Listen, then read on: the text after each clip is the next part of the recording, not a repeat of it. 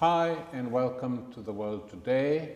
Tonight we're going to discuss Turkey, the situation there at the moment, what happened during the failed coup, who was behind the failed coup, and what has been the aftermath. Turkey is not an unimportant country in any case, but it is more important now because it has been for many, many decades a central pillar of NATO and the North Atlantic Treaty Organization, linked into the entire defense and security system created by the United States after the Second World War. It has a history of coups d'etats, of torture, of large numbers of prisoners being killed, of the Kurdish minority being denied all their rights. The situation for the Kurdish people in Turkey was much, much worse than anywhere else in the Middle East. They were not allowed the use of their language, they were not allowed their newspapers, they were not allowed to speak their own language or allow it to be taught in their schools, and the oppression was on a very high level. This has improved on some levels, but in terms of permitting them any autonomy, which is all that they're demanding, effectively the situation has now become worse. My guest today is Ece Temulkaran, a very fine Turkish journalist who I've known for many years, who writes novels, who writes non-fiction, and who has been extremely active on many fronts, including on very touchy and sensitive subjects like Kurdistan, and in terms of history, recovering the rights of the now dead Armenians. She has been very strong on that, together with a handful of other people in Turkey. Ece, welcome. Hello, Tarek. Hi, very happy to have you with us. Thank you for having me. Let us just start with this latest coup attempt. Those of us who know Turkey, have been there, have many friends, woke up in a slight state of panic and shock when we heard that there'd been a coup. Then who was behind the coup, what were its aims? It seemed a very unusual coup in the sense that one of the first things a serious coup does is to know where the leadership is they're trying to topple and arrest them. These people were not prepared at all. It seems a very half-baked coup d'etat. So just give me your impression of it first. What happened on that day? It is unfortunate that the whole world has so little time now to understand this very complicated country, as you just gave a very dark picture of. And the cameras, as you know, turn to these crazy incidents, and then they never have time to understand what is the behind story and so on. And yeah, the first pictures of the coup were pretty sloppy, especially for those of us who know how the proper coup looks like. These young soldiers on the Bosphorus bridge, pretty clueless, and they were almost in discussion with civilians. And we know that in a proper coup, it doesn't happen like that. They are shot and so on. But after a few days, when new footage was released, we understood that actually it was a pretty well organized coup. It wasn't like what it seemed on the first night. And throughout the night, by the way, it was perfect night from a war, actually. The jets were flying, our windows were trembling, shaking, and we had to lie down and so on and so forth. So it wasn't as sloppy as it seemed on the first night. It was very well organized, and allegedly there is Fethullah Gülen movement behind it, a sect-like organization. It's a supranational economic network as well, which comes from Turkey, which has the history that goes back to 1960s. So yeah, this is a very complicated story, which has no side, no innocent side at all. But I think the world will have enough time to understand Turkey in coming days, weeks, months, because I think they have to, because for the reasons you told and many more reasons, Turkey is a very important country, especially today for Europe. Actually, tell me something. You know, if it was, let's say, an even three-quarters well-organized coup, I mean, how do you explain the fact that they didn't arrest the leadership, the president, the prime minister, the entire government? That is the first thing that all serious coup makers do, whatever the country, whether it's Pakistan or some South American country or Chile or whatever. They go for the leadership, pick it up so that the opposition is headless. Yeah. They have no head. Why did these guys not do that? I don't know, but there was a group who was trying to kill President Erdogan, that's one thing. And the second thing is, and which was extremely traumatizing for everybody in Turkey, the bombardment of parliament. No other coup in Turkey was crazy, that crazy.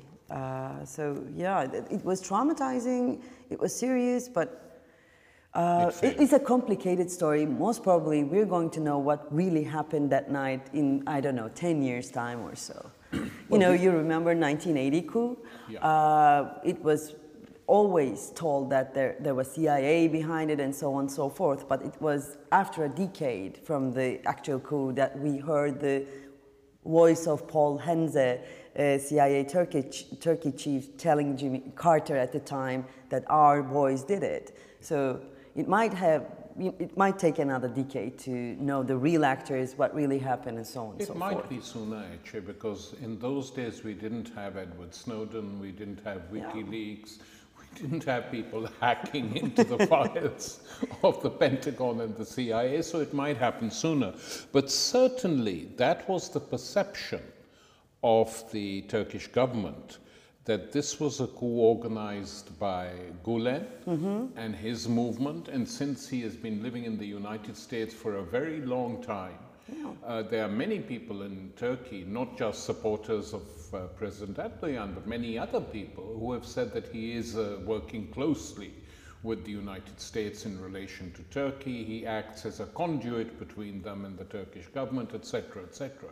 So if it was his people who did it, which now seems pretty clear, whatever else is clear or not, that it was Gulen's people, then I think American involvement can't be that far behind to discover. Well, you know what they say about football. It's a 90-minute game, and Germans win at the end. It is all pretty much like that for coups in Turkey.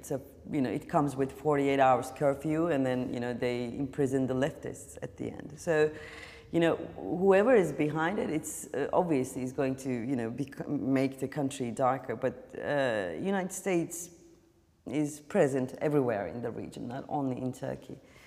But then, if you ask me, there might be some hesitation over in Washington, which we didn't witness before, because there is hesitation in Syria, there is hesitation in Iraq. Probably there is hesitation about Turkey as well. There is some sort of power clash within Washington. So yeah, these are the things that American journalists should really look closer to. Okay, let's come back now to Turkey. What was the aftermath of the coup? First, in relation to the forces of Gulen, which were, as we know, heavily embedded in the police and the military, and possibly elements of the judiciary. And secondly, in relation to the Kurdish issue and the Kurdish people. And lastly, in terms of all dissidents of whatever coloring. So let's start with the Gulen movement. Yeah. Explain to our viewers what Gulen is. I was about to actually, because I was going to say there is this serious lack of knowledge about Fethullah Gulen movement on international media, and I saw one analysis calling this smiley movement just because the word Gulen means smiley in Turkish. So Gulen movement goes back to 1960s even, when there was this anti-communist struggle in Turkey. Cold War. Yeah, international powers were not only in Turkey but in the entire region were supporting the Islamist movements, groups, and so on. So Fethullah Gulen movement was one of them, of course. And then there is this dichotomy on international media saying that, you know, Turkish army is the, you know, a strong hub of secularists, where there are the real people of Turkey, conservative, religious, and so on, which didn't happen actually in 1980 coup. During the coup and after the coup, by every government, this movement has been supported. It's like, well, it's kind of dangerous to talk about them as well, especially when you're, you know, doing your work on international level like me. They produce generations of people who are loyal to this sect, and they call themselves Hizmet movement, which is a service movement, kind of. It's a sect. It's a sect-like organization, but actually it has a enormously strong economic background, and it's, you know, there was a survey in Turkey even 10 years ago saying that if you're not part of this movement, you cannot do any economic transaction within Anatolia. So this is how strong they are in Turkey, and they have many schools, like hundreds, maybe thousands of schools all around the world, including the jungles of Africa and, I don't know, northern pole. It's a missionary movement. It is, but it has pretty strong political ties as well, I guess, in every country, and more importantly in the United States. But the most important thing about this movement within the context of Turkey, they were providing the government with human resources. They have many very well educated people. And I think Fethullah Gülen movement was the reason why AKP government had this international praise for the last decade. And it was very interesting to see this shift, actually. As soon as the power struggle began within, you know, Fethullah Gülen movement and the AKP government, the international media turned against Mr. Erdogan, the president.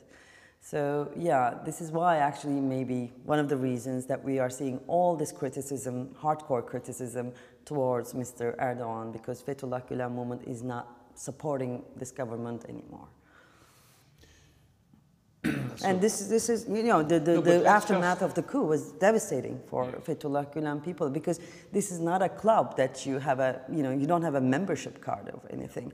So when this I don't know, the turbulence began, anyone can blame each other with being a member of this organization. So it just caught on, like, you know, it was like a flame. Even Mr. Erdogan said that, you know, let's not get into race about, you know, blaming people of being part of this, you know, terrorist organization, sect, whatever. So it is devastating for them, of course, but, you know, Turkey is a country of vicious circles. Fethullah Gülen movement has been very strong in judiciary, and they were the ones who started a witch hunt 10 years ago for secular people in Turkey. They started with, you know, imprisoning there were Gülen prosecutors, Gülen judges, and so on and so forth, and they started imprisoning the generals, and then the whole thing extended to journalists, intellectuals, anyone from all walks of life. So now it's happening to them, basically. So some people who they had persecuted and prosecuted, whether they're remaining silent or not, they must be smiling when sitting at home. It is painful to say this, but yes. You know, once you lose the sense of law, the age of vendettas begin. And then there is no light at the end of the tunnel when it comes to that. And it is pretty painful to see that. You know, I am one of those who paid the price for being critical of Fethullah Gülen movement for years. And I remember, you know, they had this very strong newspaper, and each week there were 5 articles. You know, for some time it was like this, and they were, you know, calling the prosecutors to imprison me immediately. And now, by looking at this devastation they're going through, I cannot smile. think like, you know, where were you? I told you, we told you, like people like me have told them, let's keep this, you know, rule of law.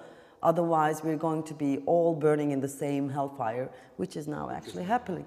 Let's move now from the Gulen people to the Kurdish question in Turkish politics, which has been with us for a long, long Yeah, time. unfortunately.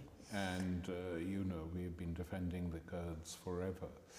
And for a time it seemed, in the early days of the AKP government, very early, that they were prepared for some deal, some compromise, some settlement.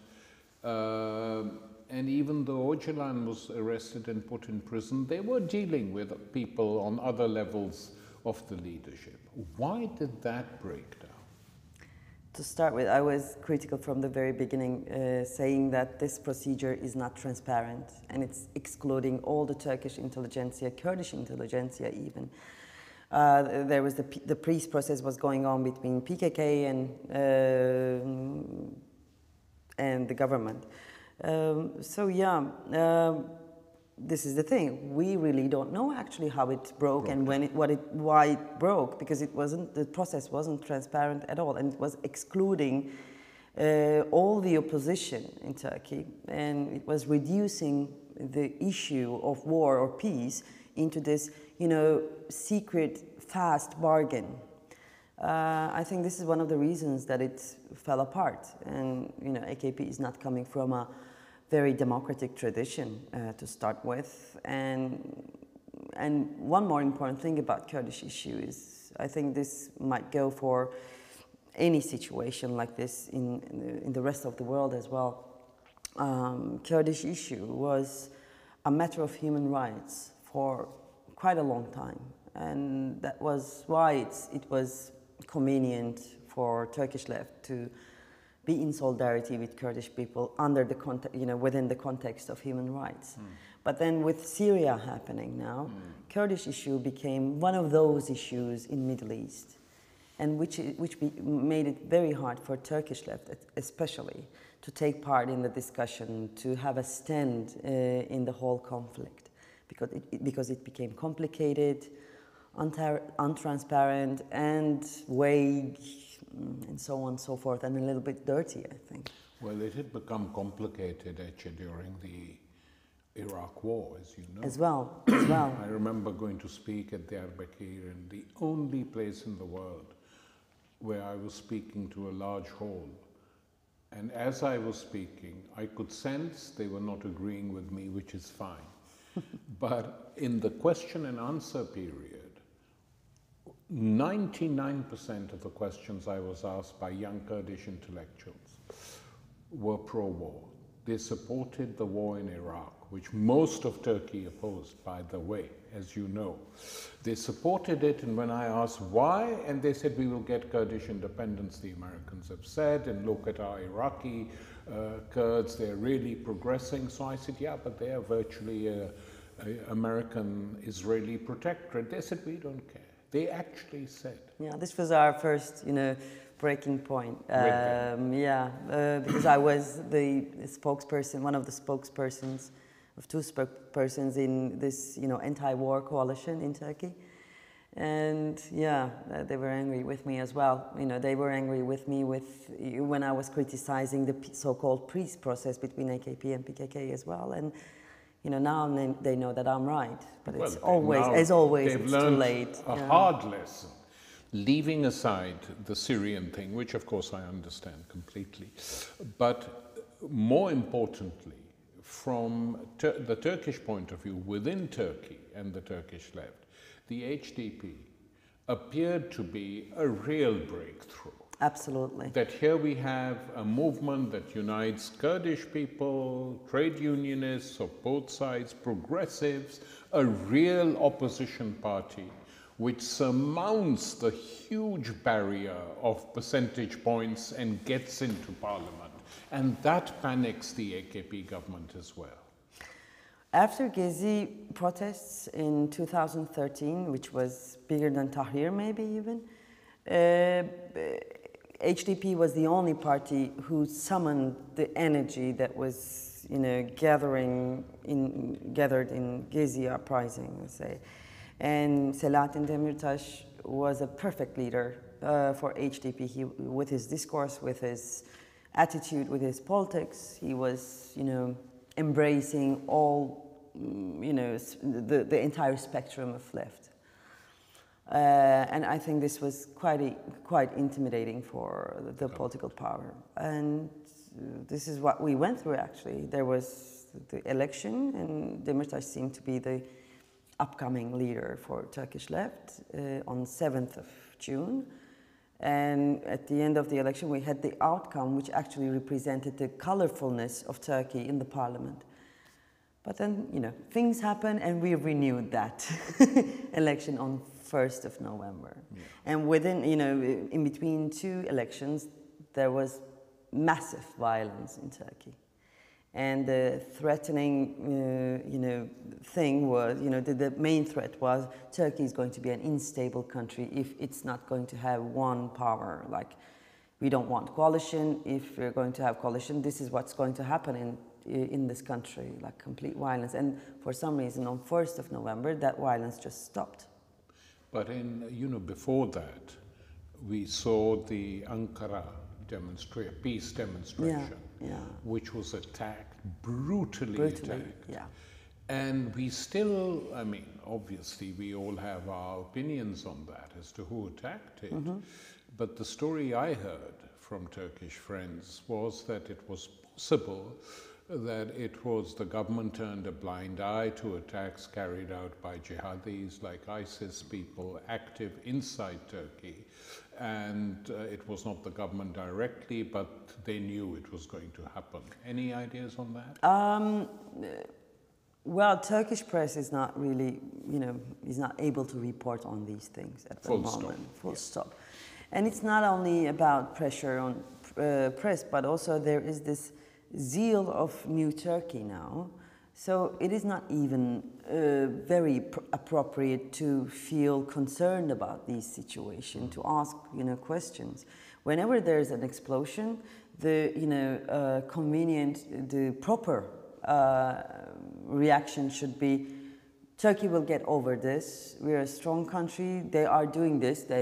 Whoever they are doing this because they're jealous of our, achievements and so on and so forth. Full stop. You shouldn't be mourning even. You remember the big explosion in Istanbul airport? I wrote this article for New York Times saying that I was, surprised how the city overcame this enormous trauma so quickly.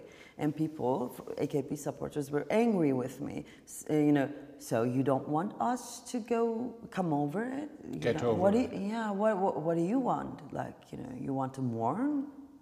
So this is Turkey is pretty much perceived as this one man ruling the whole country. There's oppression and so on. It's not like that. It is far more complicated than that. There's an elected government, and President Erdogan is supported by majority of the society. So this society is changing in dramatic terms. The whole value system is changing. Therefore, you're not even. I wouldn't say allowed, but it wouldn't be good for you if you keep saying that I am concerned about this country, I'm concerned because it's turbulent and so on. It wouldn't get you to a nice place. Why did you call your latest book The Insane and the Melancholy? It is part of a poem from one of my favorite poets, Turgut Uyar. And there are two lines in one of his poems I think describes Turkey quite nicely. In the form of a fall from east to west, the insane and the melancholy. So I think the country is quite insane, which I like in a way. But then, not facing the traumas since from the very beginning creates this melancholy which we cannot really put our finger on. And this is why it's a melancholic country. And insane as well. In terms of Turkey today, Ece, the press is not free. people have stopped writing. And you know, the Turkish press, as you know better than me, but I've experienced it too, was very vigorous, very open. You could have very critical articles. And it's true, the government sometimes punish journalists, but by and large, they let them be. Saying, okay, let them write, let the dogs bark, no one cares, they can't do anything to us. So it's my feeling that the fact that they've become so ultra-sensitive about criticism on any level, despite public support for them, is also a sign that they are not as self-confident and sure as they used to be, that something has changed. That might be, because, you know, at the end of the day, this coup was a great trauma for the political power as well, for AKP and for Mr. Erdogan himself. There might be this confidence issue, and there might be some, you know, legitimized paranoia, so to speak. But then, you know, Turkey's journalists, press has never been really free. No. And they were never really, well, I'm like, if you ask me, they have, you know, part in this whole situation as well. They didn't get organized, they didn't really, you know, defend press freedom enough, and so on and so forth. It's like, it was an insane journey that we all, you know, kind of got on the bus and, you know, took the road.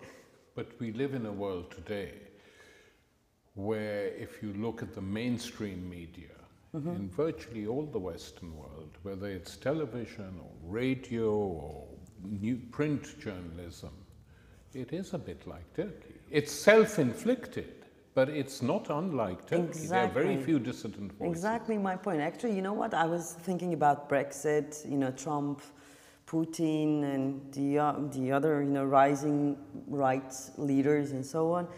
I think this is the age of aghast for intellect in general. That's why Turkey is important, because I think this country included, Europe will be experiencing this, you know, this narrative which legitimizes anything that the ignorant masses choose. You remember, before Brexit, the whole intellectual weight went on the side of no, whereas, you know, now you're having Brexit. It's the same with the Jeremy Corbyn phenomenon. Absolutely. The whole media was opposed to him, including The Guardian and The Independent. And still, he won and is going to win again. So this is going to be a new era for intellectuals, where they're going to feel this, like this, aghast, like, you know, how can he say that? It's not true. But masses will believe in those words said by these populist leaders. Okay, Ece, you still continue to live in Turkey. You could easily shift to the States or here, but you insist on living there. Why? I hate the coffee in London, to start with. Everything is sneakily designed to bother you in this country. No, you know, jokes aside, I am living in Turkey and I have a place in Zagreb. I am, you know, going in between two. When I need a peace of mind, I'm going to Zagreb. But then, you know, living outside the country is not really, well, nice. No. Because when you're outside of the insanity, it bothers you a lot more than you are in it. You're becoming a part of the insane, you know, society, and that has a relaxing effect as well. And I don't want to be one of these, you know, suffering intellectuals. Yes, talking about sufferings and so on. That reduces your whole life story into this defeat and suffering. Victimhood and so on. And that is so, yeah, and, you know, I was here during the week, you know, promoting this book, and I heard the question of, what can we do? And it made me feel like a panda adopted via a website. I would rather suffer in Turkey, you know, if the other option is this being the panda of Western intellectuals. Ece, thanks for coming, and we will carry on talking. Thank you, Mark. As we see the situation in Turkey evolve over the next years. Thank you. Thanks a lot.